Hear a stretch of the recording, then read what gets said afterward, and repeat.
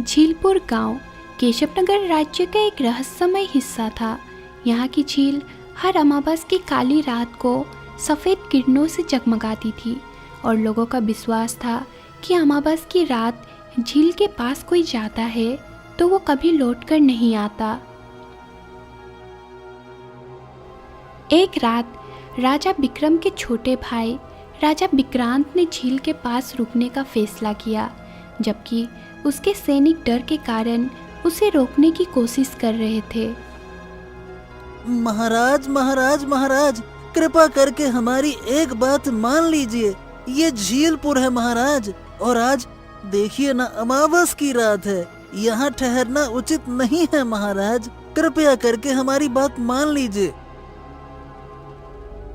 हाँ महाराज, गांव वाले कहते हैं कि इस झील के पास रात को रुकने वाले लोग कभी वापस नहीं लौटे। महाराज, हमें तुरंत महल लौट जाना चाहिए। आज की रात यहाँ रुकना उचित बिल्कुल भी नहीं है।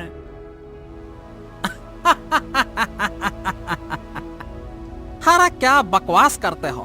तुम दोनों तो किसी बच्चे की तरह डर रहे हो। यह सब गांव वालों की मनगढ़ंत कहानियां हैं। मैं राजा विक्रम का छोटा भाई विक्रांत हूं। इन झूठी बातों से डरने वाला नहीं हूं। फालतू के बकवास बातें मुझे मत सुनाओ। महाराज, ये सिर्फ कहानियां नहीं हैं। अरे, हर अमावस की रात झील से सफेद रोशनी निकलती है और बस, और एक शब्द नहीं। अरे, मैं थका हुआ हूं और यहीं रुकने का निर्णय ले चुका हूं। चलो, तुम दोनों मेरा तंबू लगाओ। सैनिक अनिच्छा से तंबू लगाने लगे। रात गहराते ही विक्रांत सो गया। आधी रात के बाद धीमे धीमे सफेद किरणें झील से निकलने लगती है। अचानक विक्रांत की आंख खुल गई।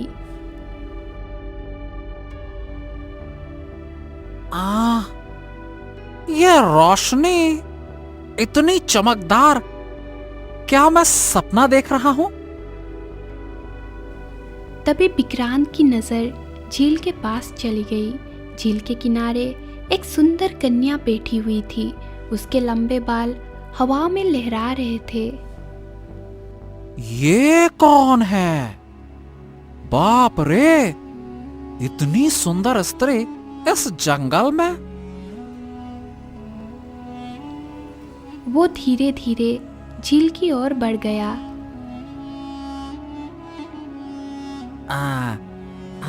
तुम कौन हो और इस जंगल में अकेली क्या कर रही हो?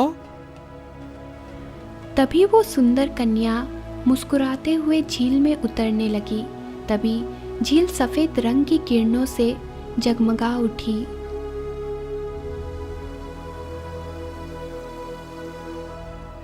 ये क्या हो रहा है? ये क्या हो रहा है? अरे, ये क्या हो रहा है?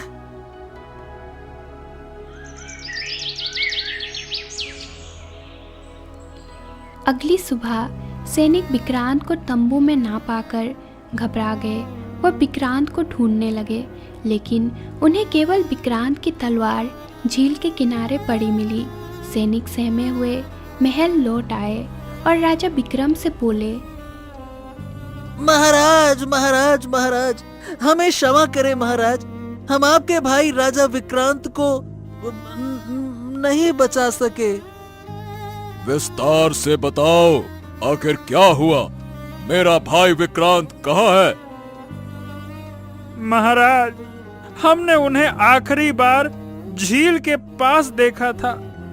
रात को तो सब कुछ ठीक था, पर सुबह जब हम जागे तो महाराज वो वहां पे नहीं थे।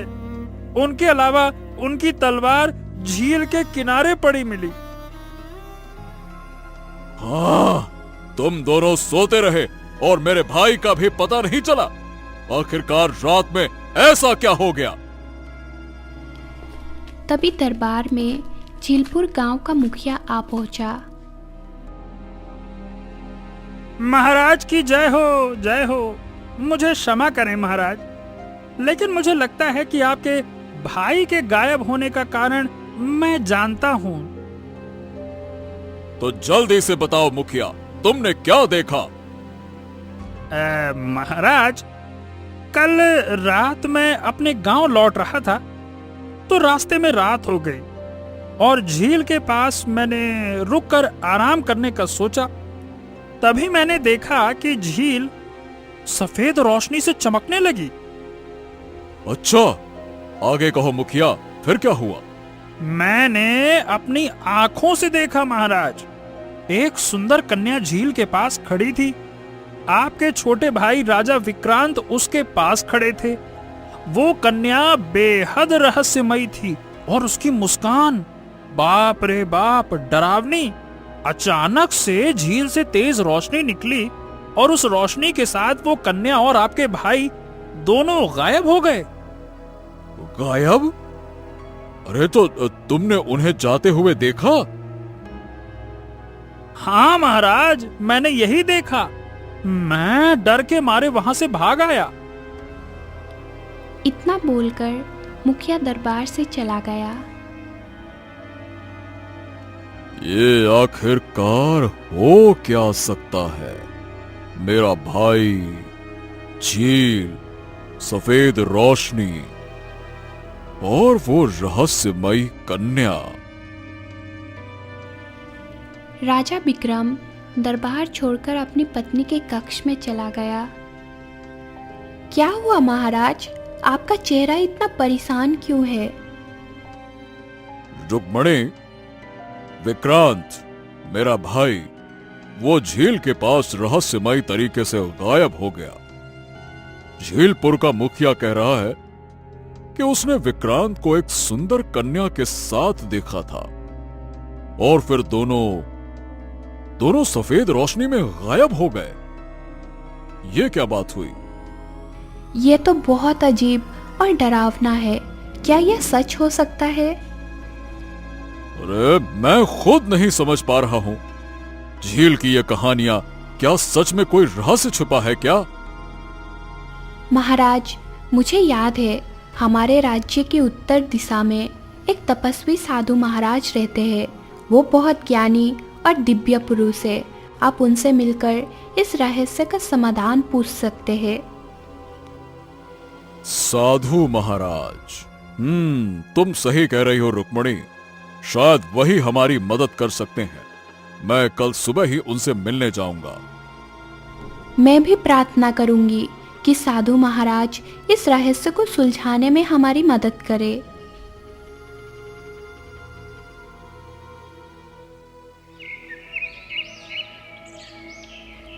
कुछ देर बाद राजा विक्रम रानी रुक्मणी के बताए स्थान पर पहुंच गए। वहां एक घने वृक्ष के नीचे एक दिव्य साधु ध्यान मग्न बैठे थे। राजा विक्रम उनके पास पहुंचकर बोले, साधु महाराज की जय हो। मैं केशव नगर का राजा विक्रम हूं। मेरे छोटे भाई राजा विक्रांत का झील के पास रहस्यमयी तरीके से गायब होना हमारे पूरे राज्य के लिए चिंता का विषय बन गया है। कृपया मेरी मदद कीजिए साधु महाराज।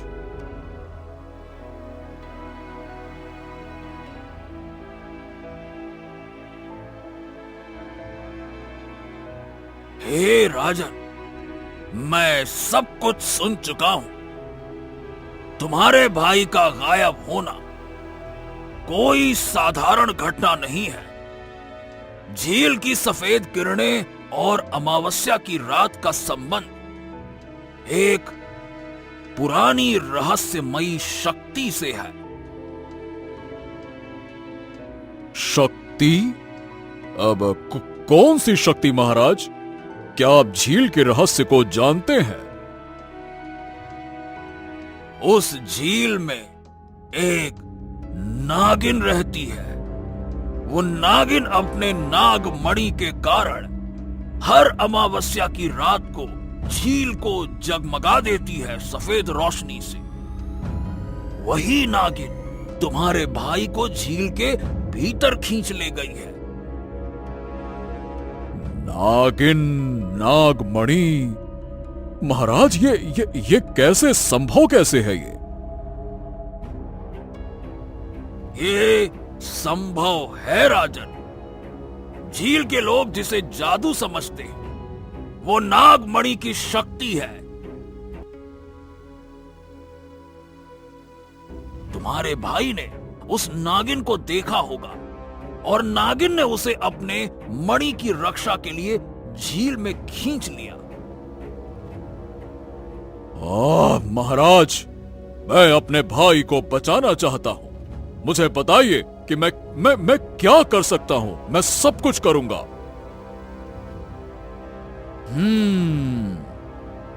लेकिन अभी समय नहीं आया है। कल मैं तुम्हारे महल आऊंगा और इस रहस्य को और विस्तार से समझाऊंगा। तब तक थोड़ा धैर्य रखो।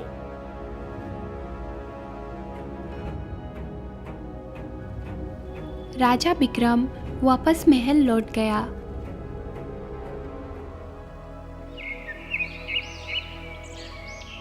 अगले दिन साधु राजा विक्रम के दरबार में आ पहुंचे। दरबार में सभी लोग साधु को देखकर श्रद्धा से झुक गए।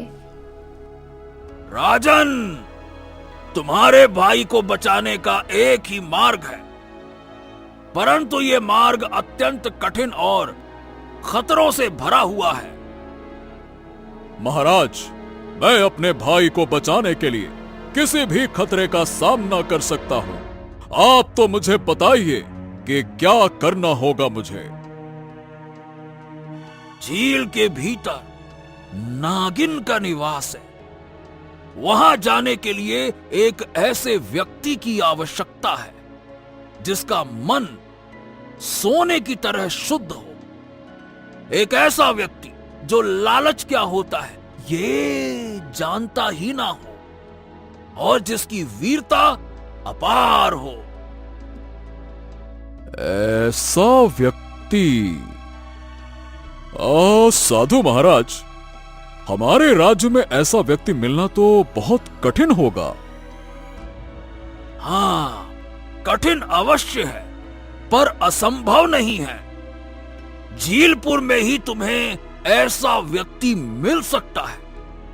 उसे ढूंढने का प्रयास करो राजन, वो मिलेगा। राजा विक्रम ने तुरंत सैनिकों को ऐसे व्यक्ति की तलाश में भेजने का आदेश दे दिया। दरबार में सभी लोग आपस में चर्चा करने लगे कि कौन ऐसा व्यक्ति हो सकता है जो इस कार्य को पूरा कर सकता है। महल के सैनिक राज्य भर में ऐलान कर दिया कि राजा विक्रम के छोटे भाई राजा विक्रांत को झील से सुरक्षित वापस लाने वाले को राजा बहुत बड़ा इनाम देगा। ये खबर पूरे राज्य में फैल गई।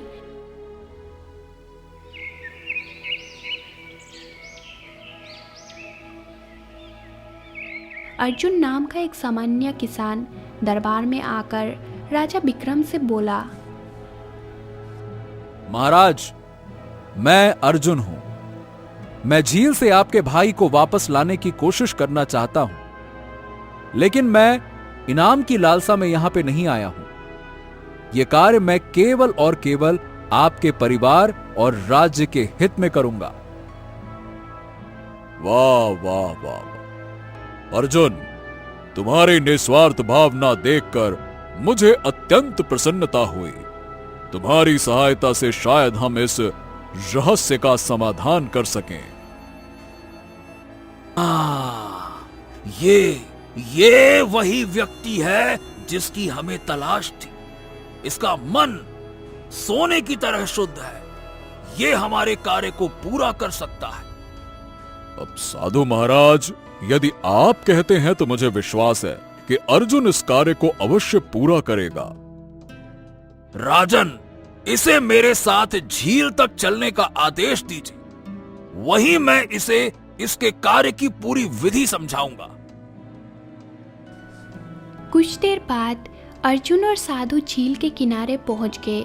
झील के किनारे पहुंचकर कुछ देर मंत्र पढ़ने के बाद साधु अर्जुन की ओर देखकर बोले, अर्जुन, अब तुम्हें झील के अंदर प्रवेश करना होगा। जैसे ही तुम झील के अंदर जाओगे, तुम खुद को एक महल में पाओगे।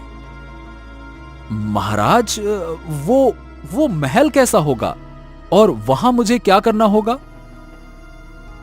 सुनो, महल में तुम्हें एक मायावी व्यक्ति मिलेगा। वो एक अपाहिज के रूप में दिखाई देगा और उसके पास सफेद रोशनी से चमकता हुआ हीरा होगा। वो हीरा दरअसल नाग मणि है। तुम्हें उस मणि को उठाना होगा और अपनी आंखें बंद कर लेनी होगी। जब तुम ऐसा करोगे तो तुम्हारा शरीर वापस से झील के बाहर आ जाएगा। याद रखना। लेकिन महाराज, वो मायावी व्यक्ति मुझे नुकसान पहुंचाने की कोशिश करेगा तो? हाँ, जैसे ही तुम उस मणि को उठाओगे, वो व्यक्ति एक सर्प में परिवर्तित होकर तुम्हें डसने का प्रयास करेगा। लेकिन डरो मत, तुम्हारा मन पवित्र है और मैंने जो मंत्र पढ़े हैं वो तुम्हारी रक्षा करेंगे। हाँ महाराज, लेकिन आप स्वयं ये कार्य क्यों नहीं कर सकते? ये जो मणि है ना, ये केवल उसी के द्वारा उठाई जा सकती है जिसका मन शुद्ध हो और जो लालच से मुक्त हो। यदि मैं इसे छूने की कोशिश करूंगा तो जलकर भस्म हो जाऊंगा। ठीक है, मैं ये कार्य करूंगा, लेकिन मणि लाने के बाद उसके बाद मैं क्या करूंगा? जैसे ही तुम मणि को लेकर बाहर आओगे, उसे तुम मुझे सौंप देना। मैं उस मणि के बल पर नागिन को वश में कर लूंगा और झील में गायब हुए सभी लोगों को वापस लाने में सफल हो जाऊंगा। समझे? चलो अब जाओ। अर्जुन झील में बिना डरे कूद गया। झील के भीतर घुसते ही उसने खुद को एक अद्भुत, सुनहरे और चमचमाते महल के भीतर पाया। उसने देखा कि एक अपाहिज व्यक्ति एक बड़े सिंहासन पर बैठा था। उसके पास सफ़ेद किरणों से चमकता हुआ एक हीरा रखा था। अर्जुन समझ गया कि यही नागमणि है। हाँ, ये हीरा ही नागमणि है। मुझे इसे उठाना होगा और यहां से निकलना होगा। तुम कौन हो और यहाँ कैसे आए? क्या तुम्हें नहीं पता, यहाँ आना मौत को बुलावा देने जैसा है। मैं यहाँ एक उद्देश्य के साथ आया हूं। मुझे इस नागमणि को बाहर ले जाना है। मूर्ख, अगर तूने इस नागमणि को यहाँ से बाहर ले जाने की कोशिश की तो विनाश होगा, विनाश। अर्जुन मणि की ओर बढ़ गया। जैसे ही उसने मणि को उठाया, अचानक वो व्यक्ति आधे मानव और आधे सर्प में परिवर्तित हो गया। मूर्ख मानव, इस मणि को वापस रखो। मैं तुम्हें जीवित नहीं जाने दूंगा। लेकिन अर्जुन ने उस मणि को कसकर पकड़कर अपनी आंखें बंद कर ली। अगले ही पल उसने अपने आप को झील के बाहर मौजूद पाया। अर्जुन ने तुरंत उस मणि को साधु महाराज को दे दिया और बोला, हाँ साधु महाराज, आखिरकार मैंने नागमणि को हासिल कर लिया। अब कृपया आप राजा विक्रांत और अन्य लापता लोगों को झील से वापस लाने में मदद करिए। मगर साधु मणि को देखकर हंसने लगा।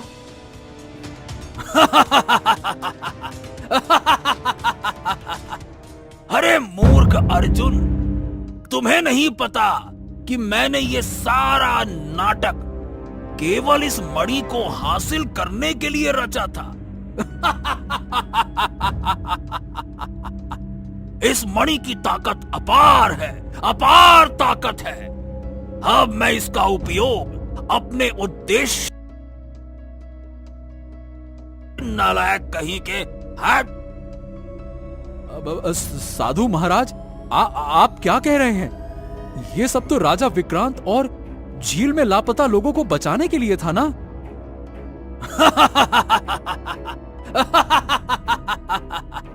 अरे मूर्ख अर्जुन, तुम्हें नहीं पता कि मैंने ये सारा नाटक केवल इस मणि को हासिल करने के लिए रचा था। इस मणि की ताकत अपार है, अपार ताकत है। अब मैं इसका उपयोग अपने उद्देश्यों के लिए करूंगा। ऐ नालायक कहीं के, हट! इतना बोलकर साधु गायब हो गया। अर्जुन तुरंत महल की ओर भागा और राजा विक्रम को पूरी घटना बताने लगा। आह! ये सब सुनकर लगता है कि हमें एक बड़े धोखे का सामना करना पड़ा है। वो साधु पाखंडी और लालची निकला। उसका खुद का मन पवित्र नहीं है, इसीलिए वो नहीं गया, और हमने इस बात पर कभी गौर ही नहीं किया। तभी एक अद्भुत प्रकाश महल में फैल गया। सभी की नजरें प्रकाश की ओर चली गई।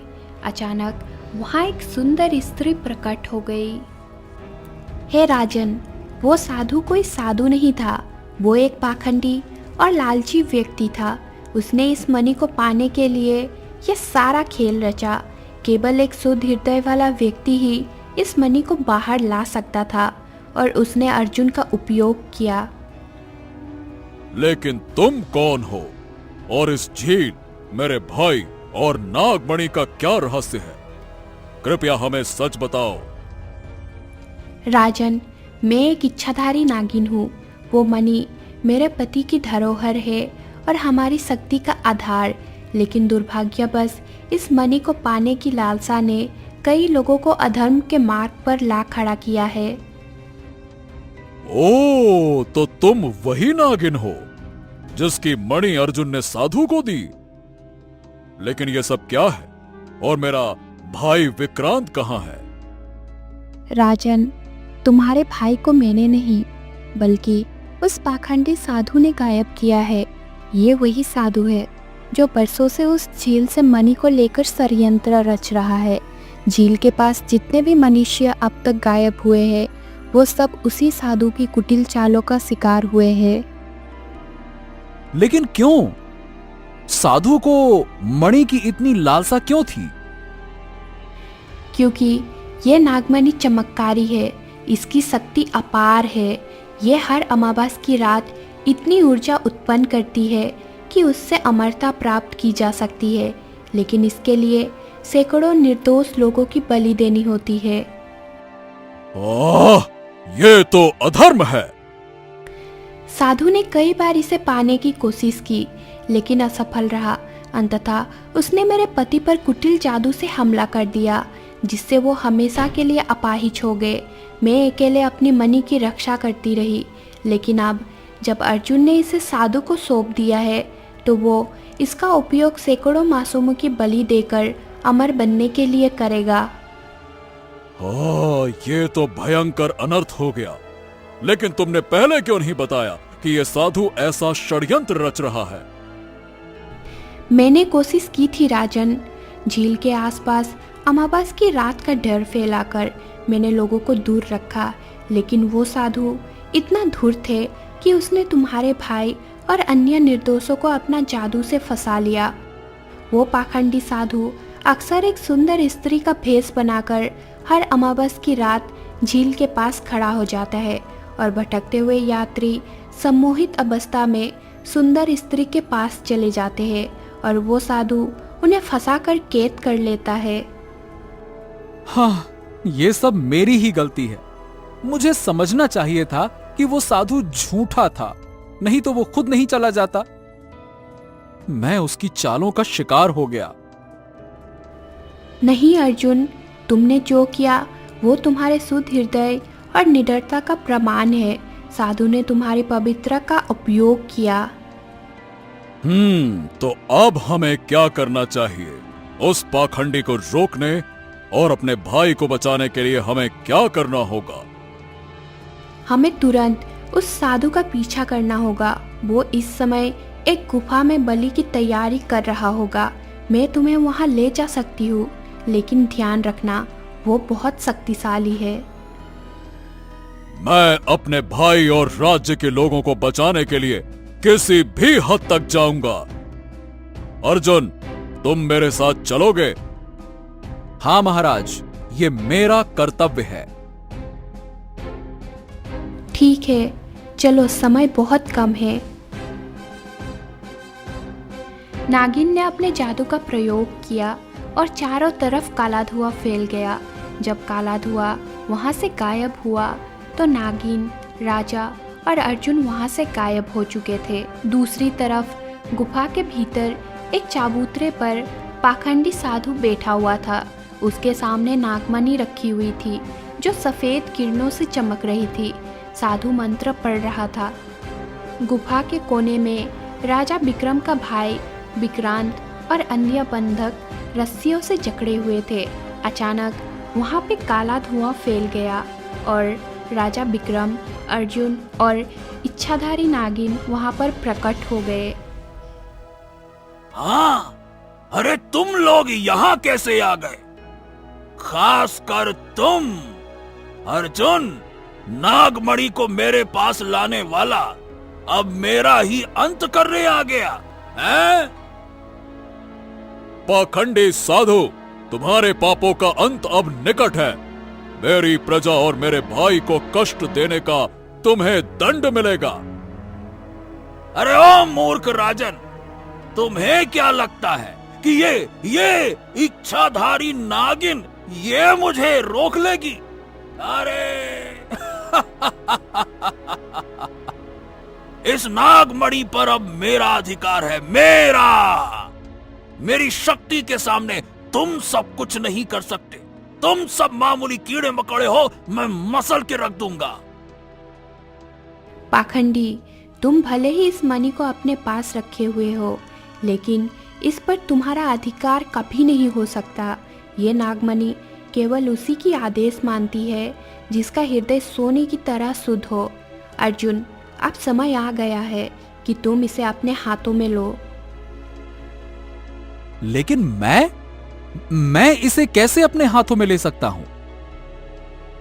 अर्जुन, तुम्हारा साहस और सच्चाई ही इस मणि को नियंत्रित कर सकता है। इसे अपने हृदय से पुकारो।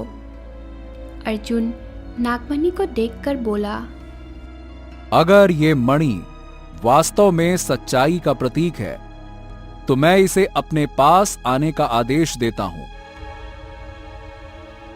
अर्जुन के कहते ही नागमणि सफेद प्रकाश में लिपटी हुई हवा में उठ गई और सीधा अर्जुन के हाथों में आ गई। साधु भयभीत होकर पीछे हटने लगा। अर्जुन अर्जुन अर्जुन अर्जुन, बच्चे, बेटा, इसको मुझसे मत छीनो। बेटा ये मत करो, ये मेरी शक्ति है। मैं खत्म हो जाऊंगा। बेटा ये मत करो। ये मणि तुम्हारी लालच और पाप की शक्ति को समाप्त करेगी। अब तुम्हें तुम्हारे कर्मों का दंड मिलेगा। अर्जुन मणि को अपने हाथ में कसकर पकड़ता हुआ बोला, नागमणि, इस पाखंडी को उसके कर्मों की सजा दो।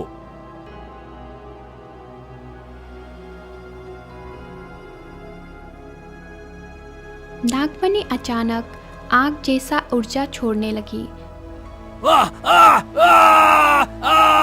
साधु चीखता हुआ जलकर राख हो गया।